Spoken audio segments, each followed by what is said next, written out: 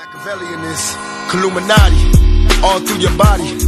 The blows like a 12-gauge shot. Feel me?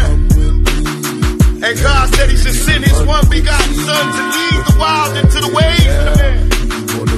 Follow me. Yo les postos, c'est Sacha, bienvenue dans cette nouvelle vidéo. On commence par Cavani, l'Atlético de Madrid rend les armes pour Edinson Cavani. Après des semaines de négociations, les colchoneros se seraient résignés à oublier la piste menant à l'attaquant du PSG. Un énorme coup dur pour l'entraîneur de l'Atlético, Diego Simeone, qui attendait avec une certaine impatience l'arrivée du Matador. Le PSG aura donc gagné son bras de fer avec l'Atlético Madrid depuis plusieurs semaines. Les colchoneros jettent toute leur force dans la bataille pour arracher Cavani au champion de France, relégué aux oubliettes depuis l'arrivée aux affaires de Mauro Icardi. Le meilleur buteur de l'histoire du club de la capitale souhaite s'envoler vers d'autres cieux. Le mercato d'hiver constituait donc une occasion en or pour prendre la poudre d'escampette. Une aubaine pour l'Atlético, un désireux de se renforcer en attaque et qui voit en Cavani le profil idéal pour tutoyer à nouveau les sommets. Mais voilà, le PSG, via son directeur sportif Leonardo, a prôné l'intransigeance dans ce dossier, malgré le statut particulier d'El Matador à Paris. Pour acheter les 6 derniers mois de contrat du buteur uruguayen, les colchoneros ont d'abord formulé une offre estimée à 10 millions d'euros. Proposition est conduite par la direction parisienne qui attendait un effort supplémentaire de la part du club espagnol. L'Atlético de Madrid a jeté l'éponge pour Cavani. Ce dernier a donc rehaussé son offre à 15 millions d'euros. L'optimisme régnait côté ibérique après ce qui ressemblait à un baroud d'honneur. Mais une fois de plus, les hautes sphères franciliennes se sont distinguées par leur fermeté et ont refusé les avances madrilènes. Érigée comme priorité par Diego Simeone, la venue d'Edinson Cavani à l'Atlético Madrid prend sérieusement du plomb dans l'aile. Voilà, selon les informations de AS, les pensionnaires du Wanda Metropolitano jugeraient comme quasi nulles les chances de voir l'international uruguayen rallier l'Espagne avant la fermeture du mercato. Pour répondre aux exigences parisiennes, l'Atlético devrait alléger sa masse salariale en cédant un joueur de gros calibre, ce qui paraît plus que compromis. En 48 heures, au pied du mur, la formation ibérique a décidé de capituler et ne formulera donc pas une dernière offre au PSG pour Cavani. Voilà qui devrait donc sonner le glas des espérances d'Edinson Cavani, condamné à achever son aventure parisienne jusqu'en juin prochain. Donc voilà, Edinson Cavani va rester au PSG. L'information est délivrée par AS il y a quelques minutes et ça se confirme. Edinson Cavani va bel et bien rester au PSG. En effet, Atlético de Madrid sera incapable de rehausser son offre. La dernière s'élevait à 15 millions d'euros et avait été repoussée par le club de la capitale qui n'a jamais varié dans ses exigences en réclamant au moins 20 millions d'euros. Mis sous pression par Diego Simeone, les dirigeants espagnols ont réfléchi à une troisième offre aux alentours des 18 millions d'euros mais n'avaient pas la surface financière suffisante pour y parvenir. C'est donc avec beaucoup de regrets et près d'un mois de négociations qu'ils ont décidé d'abandonner le dossier. Aux grandes dames de Cavani qui était prêt à des efforts financiers pour les aider à boucler son transfert, l'attaquant uruguayen de 32 ans reste donc au Paris Saint-Germain jusqu'à la fin de la saison et fera ses adieux au parc en étant le meilleur buteur de l'histoire du Paris Saint-Germain. Courtisé par le Real Madrid, Liverpool fixe un prix surprenant pour Sadio Mané. Actuellement au sommet de son art, Sadio Mané fait saliver les grandes écuries européennes à l'image du Real Madrid.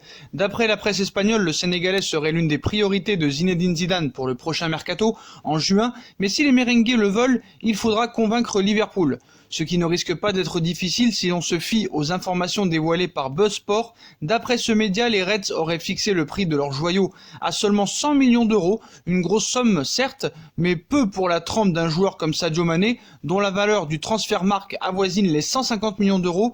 Et on a vu avec les dernières mercato l'inflation sur le marché des transferts. Des joueurs comme Coutinho voire Ousmane Dembélé ont coûté bien plus que 100 millions d'euros, un prix qui devrait donc faire l'affaire pour Zinedine Zidane, qui n'a jamais caché son admiration pour le Sénégalais. 100 millions d'euros, une broutille pour le Real Madrid, comme on voit qu'ils sont prêts à mettre 300 millions d'euros pour Kylian Mbappé qui ne viendra pas dès l'été 2020. Je pense qu'ils vont tout faire pour avoir Sadio Mané. 100 millions d'euros, ce n'est pas excessif, mais voilà, il est actuellement au sommet de son art. Même si ce sera difficile de convaincre Liverpool, Sadio Mané reste la priorité numéro 1 de Zinedine Zidane et de Florentino Pérez. Avec ses atouts offensifs, Sadio Mané sera une pépite d'or pour la Maison Blanche à l'été 2020.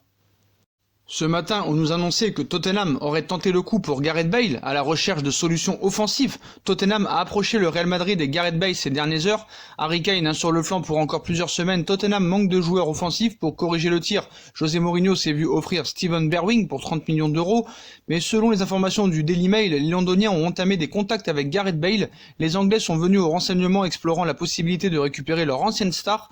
Pour le moment, les conditions financières de l'opération, surtout le salaire du Gallois, sont un obstacle de taille, et si en interne on semble plutôt pessimiste sur les chances de réussite de cette tentative osée, les échanges existent au sujet d'une formule pouvant satisfaire toutes les parties. Quelques raisons d'y croire. Il faut dire que le Britannique est toujours dans l'œil du cyclone du côté de la Casablanca. Ses absences à répétition pour blessures, souvent diplomatiques, interpellent la concurrence nouvelle au sein de l'attaque madrilène, avec Vinicius, Rodrigo, Lucas Vazquez de retour de blessure, Marcos Asensio qui a repris l'entraînement ou encore le jeune Brésilien Renier en approche, a diminué son influence aux yeux de Zidane. Florentino Pérez ne serait pas contre le fait de se délaisser de son imposant salaire, 36,8 millions d'euros bruts par an, d'autant que son bail du côté de la capitale espagnole court encore jusqu'en juin 2022. Il reste donc moins de 48 heures aux Spurs pour trouver le montage idoine pour convaincre le Real Madrid et son numéro 1 et ainsi concrétiser de retour à Londres de leur ancienne gloire, 42 buts en 146 matchs de Première Ligue. Mais voilà, ça c'est ce qu'on a annoncé ce matin. Mais apparemment, ces dernières heures, il y aurait zéro offensif pour Gareth Bale. En cette fin de mercato, il est question d'une offensive, mais il n'y aura pas d'offensif. À moins de 48 heures de la fin du mercato, la presse anglaise se serait trompée et il n'y aurait pas d'offensive du tout pour Gareth Bale. On rapporte en effet que Tottenham souhaite bouger pour arracher la signature de la star du Real Madrid et que José Mourinho pousse dans ce dossier. Mais les Spurs ne feront rien d'ici la fin du mercato concernant Gareth Bale. Si le dossier a effectivement été évoqué en interne, les dirigeants ne tenteront rien auprès du Real Madrid pour le Gallois, qui semble parti pour terminer la saison avec la bande à Zidane. Pour rappel, il lui reste encore 2 ans et demi de contrat. On passe à Marcelo qui aurait un accord avec le Paris Saint-Germain. Marcelo aurait rencontré Neymar et aurait un accord contractuel avec le PSG. Je savais pas que c'était Neymar qui était le directeur sportif du PSG, certes. Il se pourrait que l'axe PSG-Real Madrid fonctionne encore durant le prochain mercato estival. Si l'on sait déjà que les Madrilènes seraient prêts à tout pour signer la star française Kylian Mbappé, le PSG n'est pas en reste. Si de nombreux joueurs intéresseraient le club de la capitale, il semblerait que le Brésilien Marcelo soit très intéressé par le projet parisien, mécontent de sa situation en Espagne, le latéral gauche du Real Madrid aimerait rejoindre le Paris Saint-Germain. Pourquoi ce transfert est possible? Quel est le rôle de Neymar? Élément de réponse, Marcelo voudrait rejoindre le PSG. La saison du Real Madrid est en dents de scie malgré une première place en Liga. Le club pourrait voir sa saison basculer prochainement. En effet, les Madrilènes joueront un derby capital pour la suite de leur saison ce samedi avant d'affronter Manchester City en Ligue des Champions. Les relations entre Zidane et son président sont tendues. Une aubaine pour le PSG. De son côté, le défenseur Marcelo, après près de 10 ans passés dans la capitale espagnole, aimerait changer d'air. Le PSG est son souhait. Le Real Madrid pourrait encore faciliter les discussions avec le PSG. L'arrivée de Ferland Mendy a complètement changé les plans du Brésilien, qui regarde avec attention du côté du PSG. Le club joue uniquement avec Juan Bernat et Kurzawa quittera le club au plus tard cet été. Les Parisiens seront à la recherche d'un latéral gauche et d'une piste pas très onéreuse. Marcelo serait déjà en contact avec les dirigeants du PSG. En effet, selon certaines informations, il aurait déjà un accord sur le salaire avec le PSG. Si aucun montant n'a encore filtré, il pourrait s'agir d'un dernier gros contrat en Europe pour un des meilleurs défenseurs du monde. Le montant pourrait se conclure autour de 15 millions d'euros entre le Real et le PSG. Le clan des Brésiliens et notamment Neymar, joueur du PSG, ne serait pas étranger à sa venue. Neymar pourrait jouer le rôle du super agent. Lorsque les grands joueurs jouent dans les grands clubs, ils se retrouvent aussi en sélection nationale. C'est le cas notamment des Brésiliens. Les affinités des uns et des autres peuvent avoir un rôle dans les futurs transferts. On se rappelle que Neymar hésitait entre le Real et le Barça. Son ami Dani Alves l'avait aidé à faire le bon choix. Quand Pogba était en vacances avec Lukaku, ce dernier lui avait annoncé qu'ils se verraient tous les deux à l'entraînement du côté de Manchester. Alors quand Neymar discute avec Marcelo, bien évidemment qu'il sait lui vendre les avantages de Paris et du PSG. Également, le numéro 10 brésilien a répété ces derniers temps qu'il aimerait renouveler son contrat, sauf que malheureusement pour eux, il a déjà prolongé au Paris Saint-Germain le 2 janvier. L'arrivée de Marcelo au PSG pourrait être un indice sur son futur. La Lazio de Rome a un accord scellé avec Olivier Giroud. Olivier Giroud serait d'accord avec la Lazio de Rome. D'après les infos de Sky Italia, le club italien doit maintenant s'accorder avec Chelsea.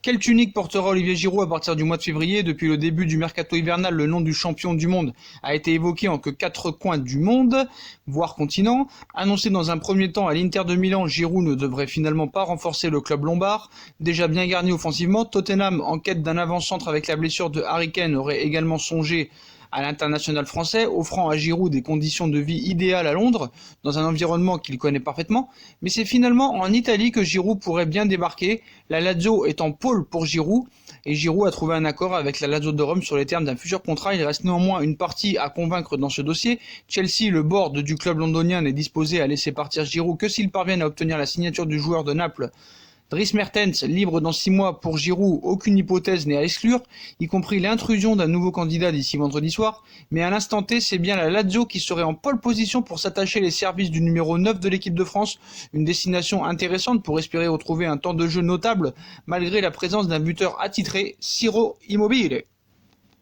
On passe à Coutinho, le Barça tenterait de le vendre. En situation d'échec au FC Barcelone, Philippe Coutinho est prêté au Bayern de Munich depuis l'été dernier. Le club bavarois, s'il est satisfait, peut même recruter définitivement le milieu offensif en levant l'option d'achat de 120 millions d'euros, mais il y a fort à parier que les Allemands ne le feront pas.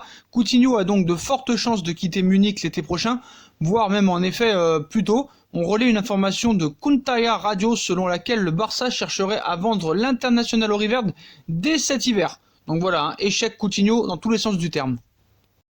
Voilà, c'est la fin de cette vidéo Mercato. Dites-moi en commentaire ce que vous pensez de toutes ces infos Mercato. Marcelo au PSG, Mané au Real, Gareth Bale et les autres. Voilà, puis comme d'habitude, si on a kiffé la vidéo, on like, on partage, on s'abonne, on active la petite cloche pour recevoir les notifications. On nous rejoint sur nos différents réseaux sociaux, Instagram, Facebook, Snapchat, Twitter, ainsi que sur Utip. Voilà les postos, c'est à tous une très bonne vidéo et à plus tard dans une nouvelle vidéo. Tchuss!